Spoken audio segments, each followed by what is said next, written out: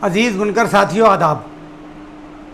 जैसा कि आप सब जानते हैं कि उत्तर प्रदेश सरकार ने बुनकरों के फ्लैट रेट के पासबुक को दिसंबर 2019 में समाप्त कर दिया है और जनवरी से बिल बनाई जा रही है और बिल के द्वारा बुनकरों का विद्युत विभाग द्वारा काफ़ी उत्पीड़न किया जा रहा है। लेकिन इसमें मामला, चूँकि हमारी कोई भी लड़ाई विद्युत विभाग से नहीं है, चूँकि उनको जो सरकार से आदेश मिलेगा उसी के एतबार से उनको अनुपालन करना है। मगर सरकार ने जो ये निर्णय लिया है, इससे पूरी ये सनत और पूरा ये उद्योग तबाह और बर्बाद हो जाएगा और लाखों लाख की संख्या में जो बुनकर इस मझोले और लघु उद्योग से जुड़े हुए हैं, ये लघु उद्योग बंद हो जाएगा और तमाम लूम जो हैं वो कबाड़े के भाव हम लोगों को बेचना पड़ेगा। बुनकर यूं ही लॉकडाउन के बाद से पूरा भुखमरी का शिकार है। सारे पावर लूम काम धंधे बंद हैं, कहीं कोई माल बिक नहीं रहा है।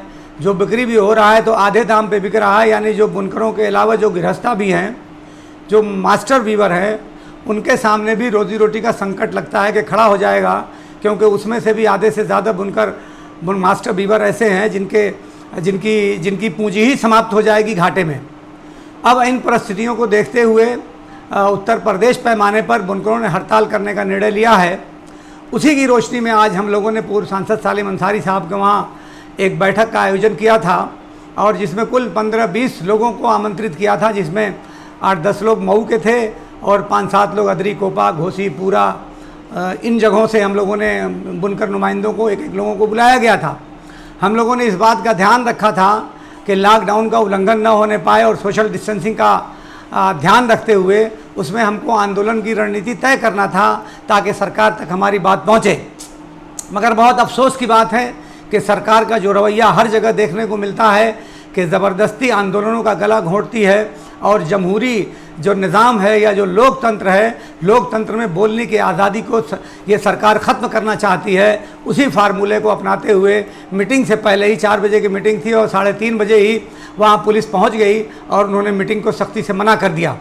और हम लोगों ने जैसे तैसे करके, जो मऊ के लोग थे उनको फ़ोन से मना किया गया कि आज मीटिंग नहीं हो पाएगी।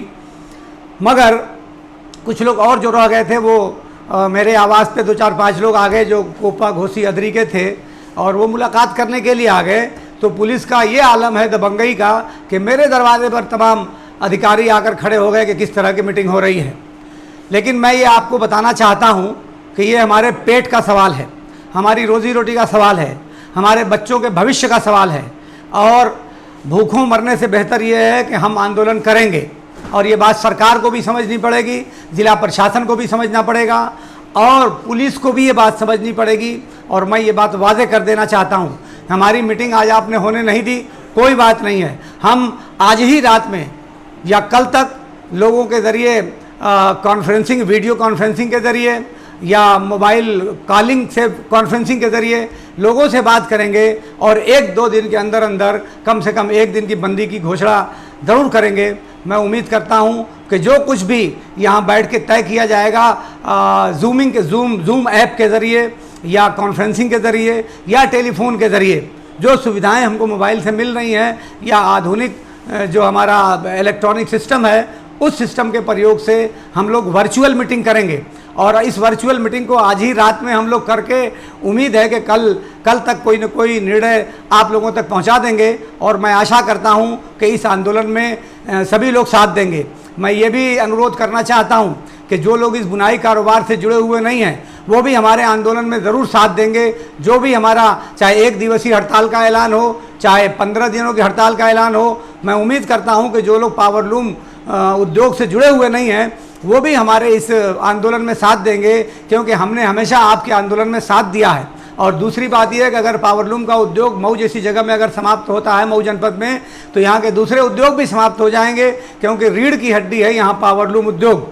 तो मैं उम्मीद करता हूँ कि वर्चुअल मीटिंग के ज़रिए जो कुछ भी आज रात भर में या कल दिन तक जो भी निर्णय लिया जाएगा, उस निर्णय में आप सब लोग सम्मिलित होकर शांतिपूर्वक और लॉकडाउन का पालन करते हुए ज़रूर अमल करेंगे। बहुत बहुत धन्यवाद, बहुत बहुत शुक्रिया।